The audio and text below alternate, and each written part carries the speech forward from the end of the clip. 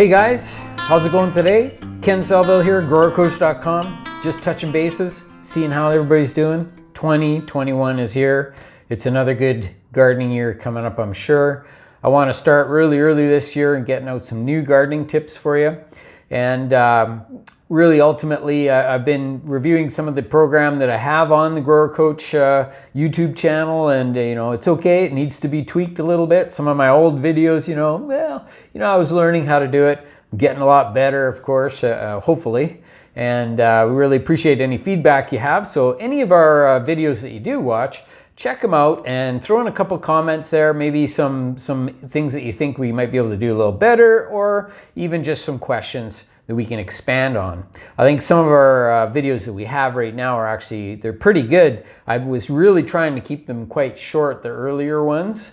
And so now as we go along, I'm trying to find that happy medium. And so maybe that's a question for you is, how long do you think a video should be? Do you think that 2 minutes is perfect for a gardening tip? Should it be a 5-minute video? Do you like 10 minutes, or do you like the full meal deal?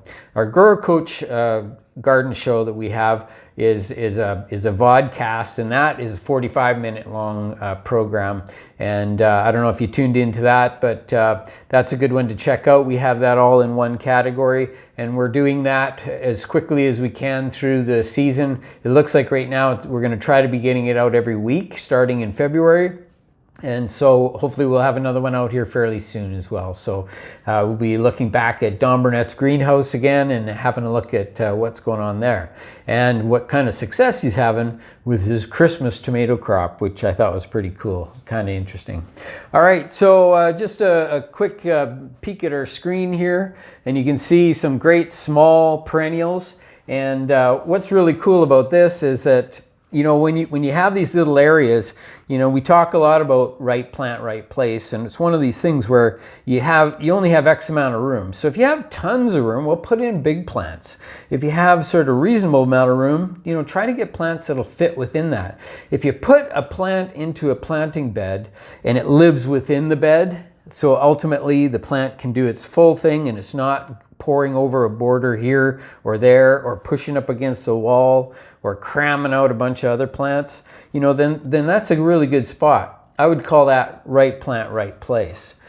These little guys, these are just little tiny perennials that are really just small. They're only maybe 8 or 10 inches in diameter, and some of them maybe a little wider than that, maybe up to about a foot or a foot and a half. So pretty small. So if you have these long, narrow areas or skinny little spots, or sometimes you'll have a bunch of plants, but you need something for around across the front of a border, these are the types of plants that you go with. They're just small garden plants. They're typically perennials.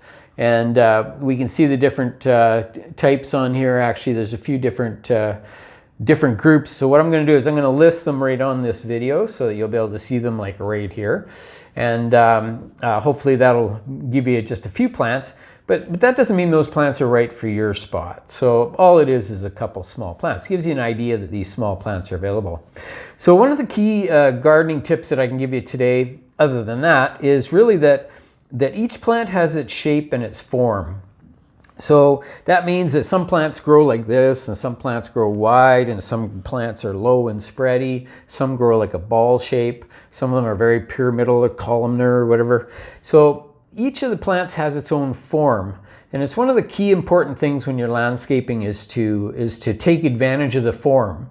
So if you plug a whole bunch of plants into an area and they all get overgrown and they all cover up each other, well, what opportunity do you have there to take advantage of that form of those plants? So I would just highly recommend that when you're planting, to do as much research as you can prior to planting. And then as you go along, if you find a plant is just all of a sudden taking off, it just loves the spot you put it in, well then, don't just leave it there. Do something about it. Maybe either move it or remove plants from around it and give it more room to grow. If it's loving being there, that's great. It's funny that when you put a plant into poor soil, it's kind of controlling that plant for you. It's kind of maintaining it because it's not growing as fast. It doesn't really like growing there, so it's almost dwarfing that plant a little bit. So it's funny how that works. It's getting the right plant in the right place, the right soil, the right amount of water. All those things would be really nice to do if it's at all possible. So anyway, there's a lot to it. Remember to check out our upcoming webinars here in in the year of 2021. We have a bunch coming down the pipes, and we'll be throwing in some freebies and some paid ones, so you can check out those. And yeah, please participate. It's fun. The live webinars are great. You can ask questions and we can communicate back and forth, and it works really well. So check it out. And definitely send us emails, ken@growercoach.com, if you have any questions. Sometimes in a program like this, I don't mind to read out a couple of emails and questions that you might have, especially because the season's coming up. Gardening season is just around the corner, and we're going to be out there doing it. We're going to show you some great videos this year. So hang in there. Have a great spring. We'll hope to see you at the webinars. Thanks for tuning in.